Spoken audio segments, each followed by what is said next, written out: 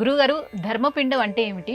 ఈ ధర్మపిండాన్ని ఈ మహాలయ అమావాస్య రోజు ఎవరికి సమర్పించాలి? మహాలయ పక్షంలో అమావాస్య నాడు మనం పాటించేటటువంటి విధులలో గతించిన పితరులందరినీ కూడా తలుచుకొని వారికి పిండ ప్రదానం చెయ్యాలి.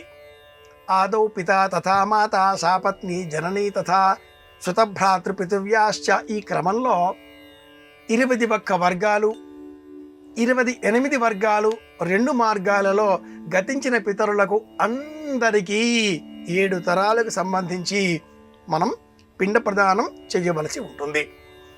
ఆ పిండం కూడా రుద్రాక్షకు కాసింత పై ప్రమాణంలో ఉండాలి. ఇలాంటి ఈ సమయంలో ముత్తాత, తాత, తండ్రి, అలాగే తల్లికి అత్తగారు, ఆవిడికి అత్తగారు ప్రధానంగా ఇలా ఏర్పాటు చేసిన అనంతరం వారి వారి బంధుత్వ గణాలను అనుసరించి 21 రూపాలలో 28 పిండాలు ఏర్పడతాయి. పిండము అన్న పదం వినగానే చాలామంది ఒక్కసారిగా ఉలిక్కి పడుతూ ఉంటారు. ఒక మహిళ గృహిణి గర్భవతిగా ఉన్నప్పుడు మరి ఒక జీవికి జీవితాన్ని ప్రసాదించేటటువంటి అద్భుతమైన సమయంలో ఉదరములో ఉండేటటువంటి ఆ మాంస శకలాన్ని కూడా పిండము, గర్భస్థ పిండము అనే ప్రమాణం తెలియజేస్తుంది. అంతటి ప్రామాణికమైన శబ్దాన్ని విని మనం భయపడే అవసరం లేదు సుమా. ఇలా మనం తినేటటువంటి పిండి ముద్ద, పిడత ముద్ద, గుప్పిట మూసి ఉంటే ఇందులో ఉండేటటువంటి మెతుకులు, ఇది కూడా పిండమే.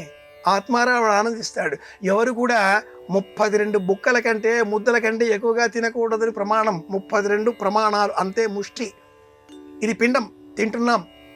ఇలా ఆలోచన చేసినప్పుడు మహాలయ అమావాస్య నాడు గతించిన పితరులను తలుచుకొని అందించేటటువంటి క్రమంలో మరికొంతమంది మనకు తెలియని వాళ్ళు ఉంటారు. మన బంధుత్వానికి సంబంధించిన వాళ్ళే ఉంటారు. మన బాధ్యతతో వారికి కొంత మనం కర్మ చేయవలసి ఉంటుంది. వారి వివరాలు తెలియకపోవచ్చు, వారి పేరు తెలియకపోవచ్చు, గోత్రం తెలియకపోవచ్చు. అలాంటి వారందరికీ కూడా ఏకేచాహ అస్మత్కులే జాతాహ అపుత్రాహ గోత్రిణ సంతు. సంతానం లేని వారు ఉంటారు, వివాహం చేసుకోకుండా పోయిన వారు ఉంటారు, వివాహం కాకుండా కూడా ఒక యువతి ఎవరో మరణించి ఉండవచ్చును గాక. వృద్ధకన్యా చరిత్రం, మహాభారతం.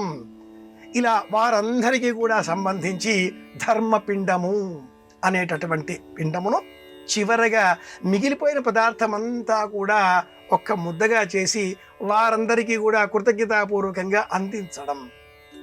నాకు దేహం ఉన్నది, జ్ఞానం ఉన్నది, ఆర్థికంగా వెసులుబాటు ఉన్నది, వివేకం కలిగి ఉన్నాను అంటే అర్థం వీరందరి అనుగ్రహం నా పైన ఉన్నది.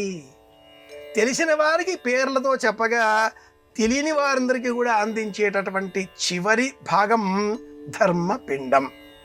ధర్మపిండం వేరు, ఆత్మపిండం వేరు. చాలామంది 2 ఒకటే అనే ప్రమాదంలో కూడా పడుతూ ఉంటారు.